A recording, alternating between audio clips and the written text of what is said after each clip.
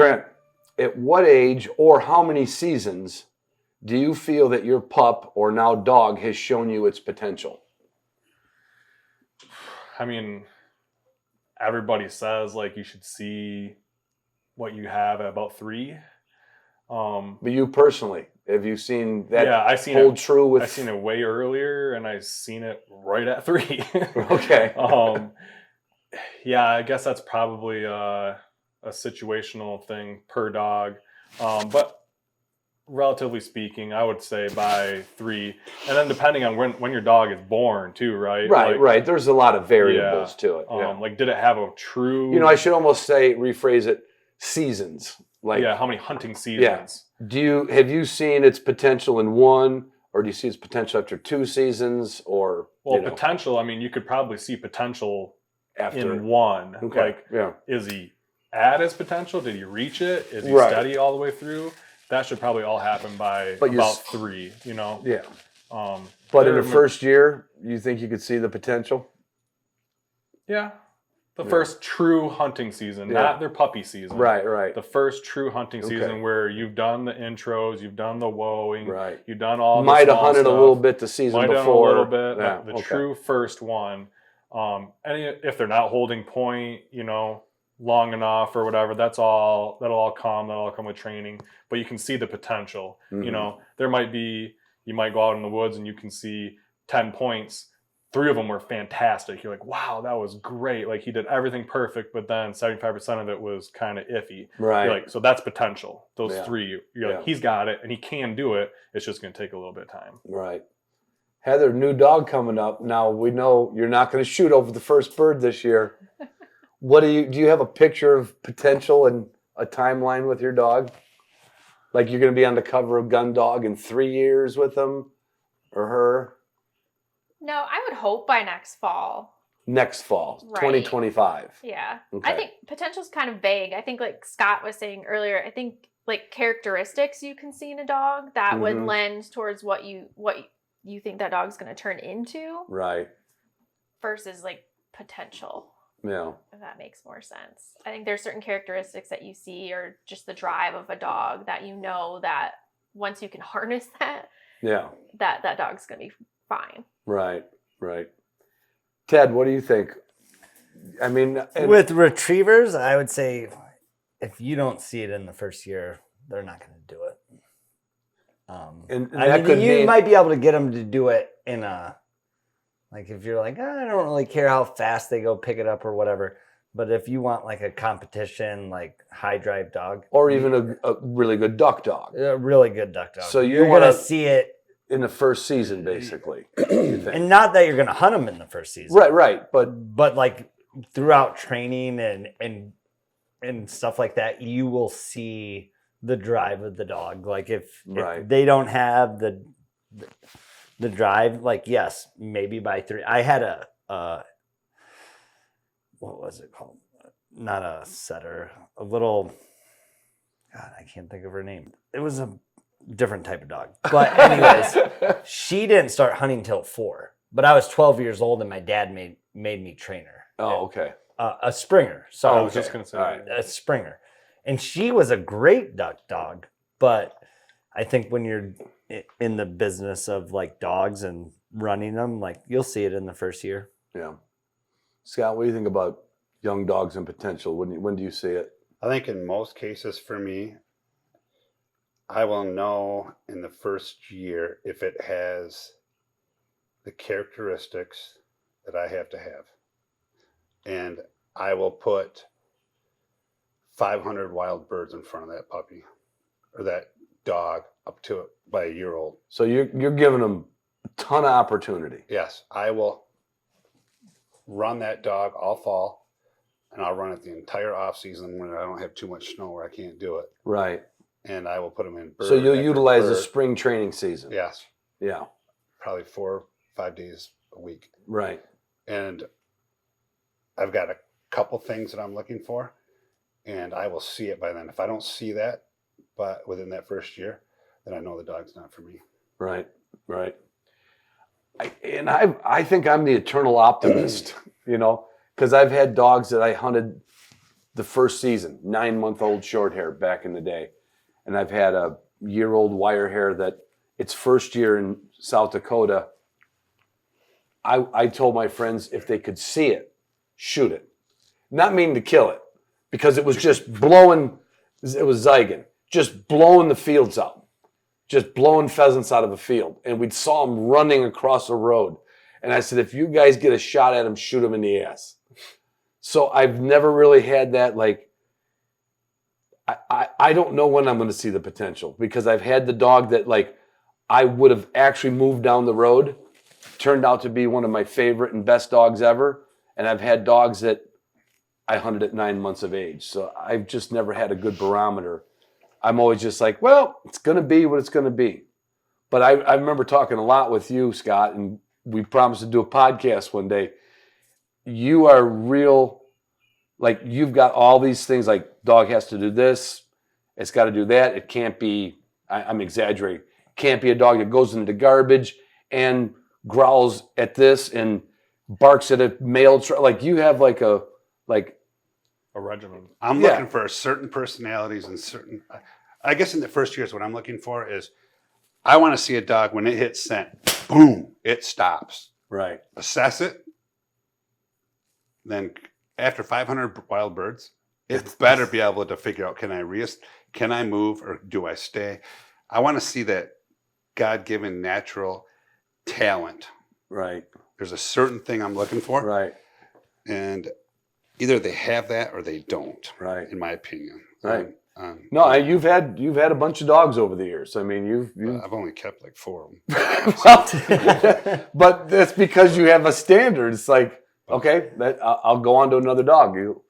Yeah, I mean, and I'm not saying they're bad dogs. No, but they're not the dog you want to Right. hunt with for another dozen years. Right. So yeah, that's a hard one, because if you think about, let's just say the word, your average dog owner who, let's say, is married, which we all are in this room, and to tell your spouse that, I'm going to move that dog on to somebody else. There's a lot of spouses on either side, male or female, that we're like, no, you're not. Yeah. And you're like, well, that's what I do. But any of those dogs that I've rehomed have gone to really good homes, and the people have told me those are the best dogs I've ever owned in my life. They just didn't hit your standard. Yeah, and it's not just bird dogs; it's some other dogs too. Like you've had hounds, cat hounds, and stuff. Yeah, like that. yeah. I mean, this goes from, the hound world all the way to the upland world.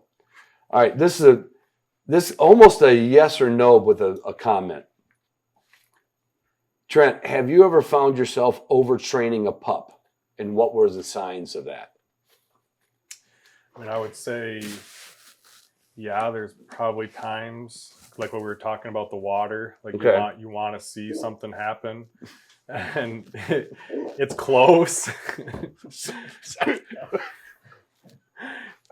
It's close to happening, and you want to see results, and you probably could go too far, but I don't feel like I've gone too far to where it's detrimental to the dog.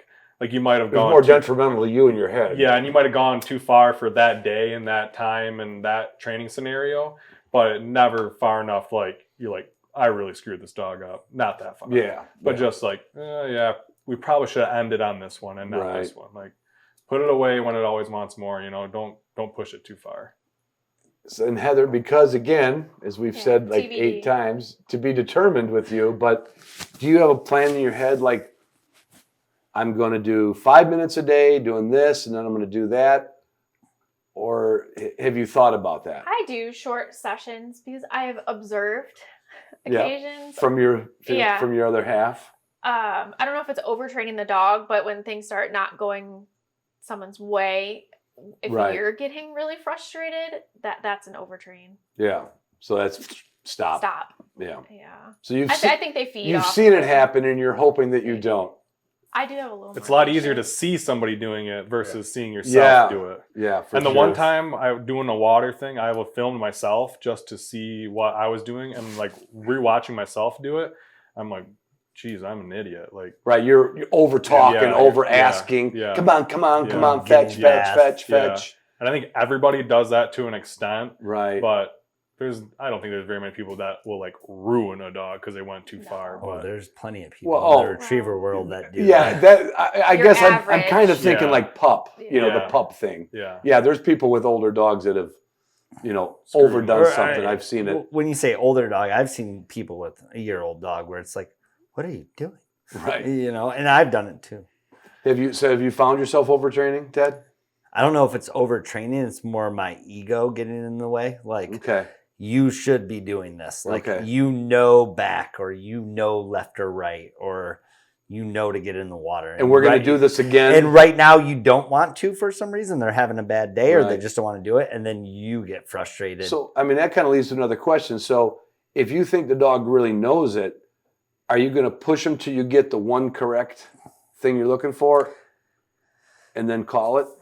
No, I used to think that, but I've watched enough people, like you've said, like train where it's, if you're not getting the result, like in pointer stuff and retriever stuff's different because we use stimulation in the back. But we all have our But like human when you brain. start being like back and they don't want to get in some sort of water for some reason, and you're Right. like, you know this. right, you know. And then you start hitting them with the collar and getting mad. It's like, maybe stop and go do some obedience or throw some bumpers or marks instead of that, and then come back to it because the dog just doesn't want to do it. Right. I mean, you see dogs in the retriever world that have every title in the world, and you're like, did it really just go on a straight line and go right?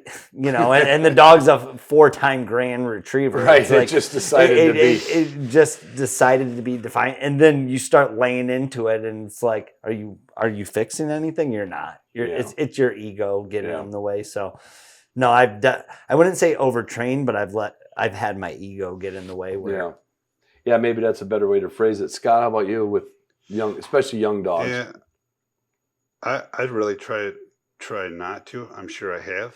I tried to read like certain signs, like if a dog starts yawning or and something trying like to that. look away. And the one thing I don't do, if I had a bad day and I'm not in a good mood, and I've done this a couple times where I have trained, and I have a tendency to lose my temper quickly. But if I'm not in the right frame of mind, I will not take that dog out, because I know if the dog makes a mistake, I'm probably going to overreact. Right. So you're more afraid of your overreaction. I am, because sometimes Then you're yeah probably more regimented in your yeah analyzation, but you're aware of your own. like say maybe like force breaking or certain drills like that.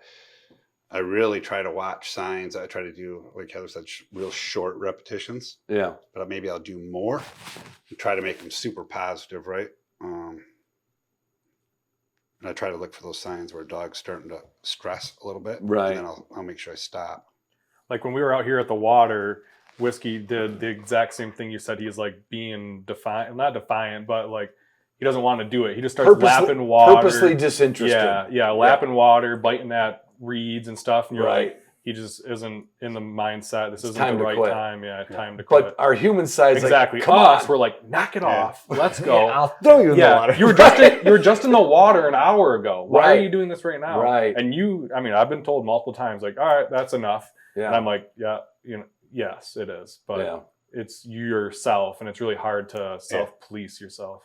You're placing your expectations, and it's hard not to do that when you have your plan Right. of how you want to progress this dog, but you're that dog can't really truly communicate, and so like you have this expectation, by this point this dog needs to do this. And I think it's easy to just be like, no, like we need to be at this point. No, because like I've seen that dog over there is the same age and it's at this point. Right. You know. So God damn it, you're gonna do it. Yeah. Yeah. I mean, it's a human everybody. problem. Yeah, and we all. No, it's want a it, human you know. problem. Yeah. It's Yeah. like my oldest dog. I've almost failed tests because he would rather fish. So like if he sees a fish, Like a bluegill in the or shore. a tadpole or whatever, so send him on a blind. I'm like, oh man, he's gonna line it, and then he sees a tadpole and he's like, underwater. He's like, that's my tadpole, and I'm like, no, don't start fishing right now. Just go get the keep dog. going, You know, and he's like, no, I like fish more than ducks.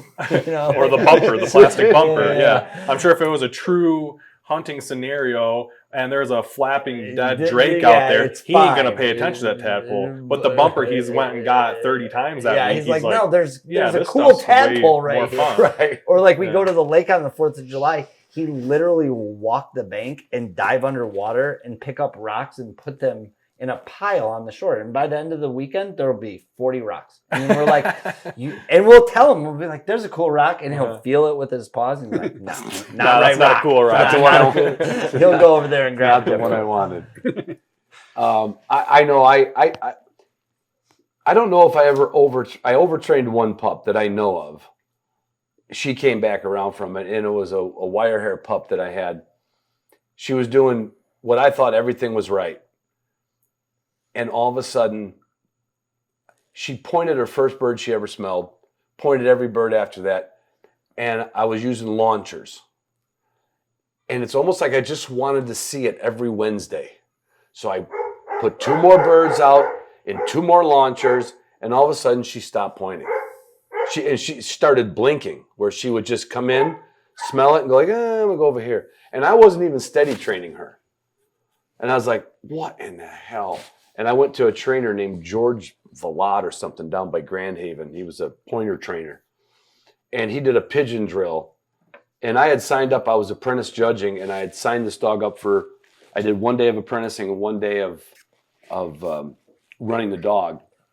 And I said, Judge, would you run her? And he goes, not what we're seeing here on pigeons. She was blinking pigeons then. She just had enough. And I'm like, all right. And I said, well, I'm going to run her in the test. I didn't do anything else with her for a couple weeks. Took her in a test fully expecting to have her blink a bird and me being embarrassed as an apprentice judge. But I think it was a new spot, new scent, no launchers, different people planting the birds. And she went, luckily, right back to what she did. She was bored with the same old. Yeah, I kept taking her, like, same we kept our own pigeon coop at the grounds back then. Mm-hmm. And I was like, oh, this dog is doing so good. Let's take her out for 2 more birds. 2 more. And she was probably just bored. She's like, what are we doing here? Yeah. And then I did a dog that went to the Invitational who was a natural backer. That was Zygon, wire hair. Never saw him not back another dog. And my friend that was helping me train said, you might be paired up with a Spinoni or a Brittany. So you got to practice with other breeds. So we went to friends that had Spaniels and anything that would stand still in a field. And when I went to the Invitational on his 3rd opportunity, he had a yes and he had a good and a bad. He was right on the fence. And the judge says, let's see if he could do 1 more back. We'd like to nudge him over the fence to a 3 out of 4 points. And I'll never forget, Zygon saw this dog at about, 60, 70 yards, stopped. I'm like, thank God. And he just turned around and he walked away and he started hunting the other direction. Mm-hmm. So I say I have overtrained 1 pup and I've learned not to, but I've also learned you can overtrain an older dog too. Yeah. They can get just as bored with stuff. Oh, yeah. Short. Keep it short. Yeah. I think on the last dog I had, I spent so much time with that puppy getting on wild birds that first year. I mean, I had that dog in there because she had a lot of hunt. She wanted to look for birds. I was in there looking for grouse 4 or 5 days a week, starting middle of August, right? And she was young, probably 3.5 months old, but she would actively search. And if she looked like she was getting bored, I'd stop. And I can remember it was during hunting season. I would carry a gun, and she would point all kinds of grouse, right? She'd point them, and I'd get within 25 yards, and she'd break. She would never let me walk past. So wasn't it the bird broke? She noticed your presence. She broke and she broke because you got close. Yes. But if she was 60 yards away, she wouldn't break until I got close. Until you got close. Yeah. So, and I'm like, I bet you probably, I'm going to say 150 birds. I'm like, oh my God. I mean, it's just, but not shooting anything. And I remember it was October 1st. I said, I'm putting this dog up. I'm not hunting for 2 weeks. I put her up. Next time I took her out was 2 weeks later, and she pointed, I don't know how many grouse that morning. I killed 3 grouse over. She let me walk past her, go out and flush a bird, and I killed 3. Wow. I mean, and she did that for the next couple of days, and then she reverted right back to where she was. So I probably shouldn't have shot him. But and then I hunted her second season, and she would never let me.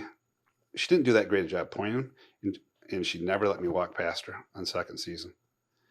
And then I ran her the off season, and she just was not doing. I wasn't real happy with her, and I said, you know what? She ain't gonna cut it. I said she gets one more time. And I stopped on the way back. I got her out. And she pointed 15 birds in a row. Let me walk past all 15. It's like the light went on and it stayed on. I'm not kidding. It was like nothing to boom. But if I wanted to give her that one more chance, because it was, I had enough. Right. Like, this is not the grouse dog that I'm going to have living in Michigan. And it wasn't because she was, at that time, it wasn't because you could have killed some birds over. Yeah, but towards that second season, she just wasn't handling them correctly. Right. And you had your presence was making it even. It was making it more. So I almost, when I put her up for that 2 weeks and she did really well after that, I sort of felt like, you know what, I might have been just getting her on too many wild birds. Yeah. Too young of an age. And if in a dog's head, if they did it once, what's not to make them do it twice too? Sometimes, you know. Yeah. And all these dogs are, I mean, they're not as different as snowflakes. They're not all different, but there's a range of, you know, she might have been different if she skipped her first hunting season, or who knows, you know, who knows what makes them different. Can you say it? Like and subscribe. No, please like and subscribe. Say it. Please like Subscribe. and subscribe. Well, that's not bad. Please like and subscribe.